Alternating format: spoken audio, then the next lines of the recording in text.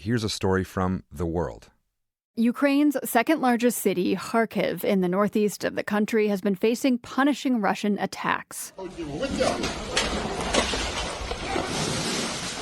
Firefighters in the city battled flames after yet another round of Russian missile strikes. This barrage killed 7 people and injured at least another 20. The Russian military has been making steady gains on the ground in recent months as Ukraine was forced to wait for much-needed military aid from the U.S. Washington is expected to announce another $275 million in assistance tomorrow. For an update about what's been happening on the battlefields of Ukraine, we're turning to Dmitri Alperovitch in Washington. He's a security analyst with the Silverado Policy Accelerator. Dmitri, what's happening in and around Kharkiv right now? Well, the Russians have done a small border incursion a few miles inside the Ukrainian borders. They've been trying to get to the city of Kharkiv to put it at least within artillery range.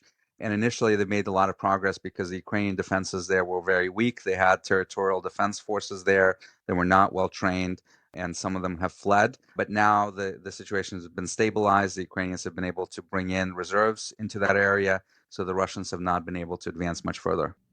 Is the aim of the push toward Kharkiv right now to get the city within artillery range?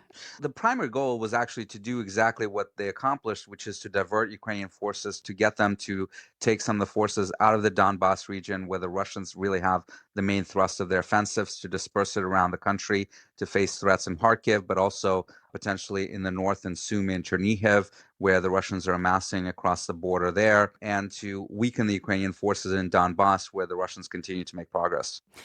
So I mentioned, and we've been hearing a lot about how a delay in U.S. military aid has been contributing to Ukrainians being a bit on the back foot right now.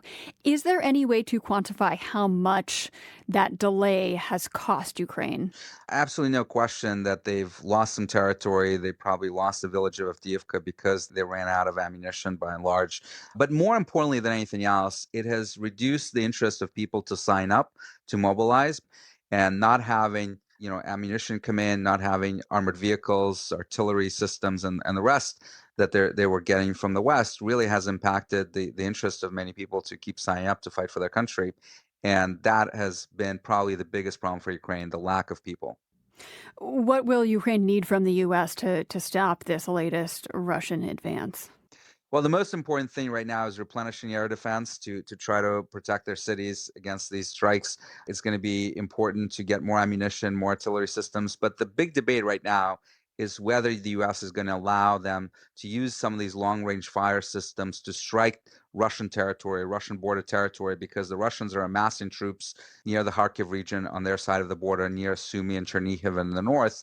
And if the Ukrainians are able to hit them while they're massing logistics and forces, they're going to be able to, of course, impact their ability to orchestrate future invasions. And that's going to be really key for them. So we're expecting yet another tranche of aid from the U.S. to Ukraine. So far, Washington has committed more than $100 billion in military funding. Is this flow of funds just going to have to continue until a victory or stalemate? Yeah, this war, really since April 2022, when the Ukrainians won the Battle of Kiev, had become a war of attrition, where it's about which side can outlast the other. And this war can continue on for many years, unfortunately. And Ukraine needs the funds to keep funding its military, to keep procuring weapons. And of course, the largesse of the American taxpayer is not infinite. And we need to find another way to sustain this fight for the Ukrainians. Dmitri Alperovitch heads the Silverado Policy Accelerator in Washington, D.C. From PRX.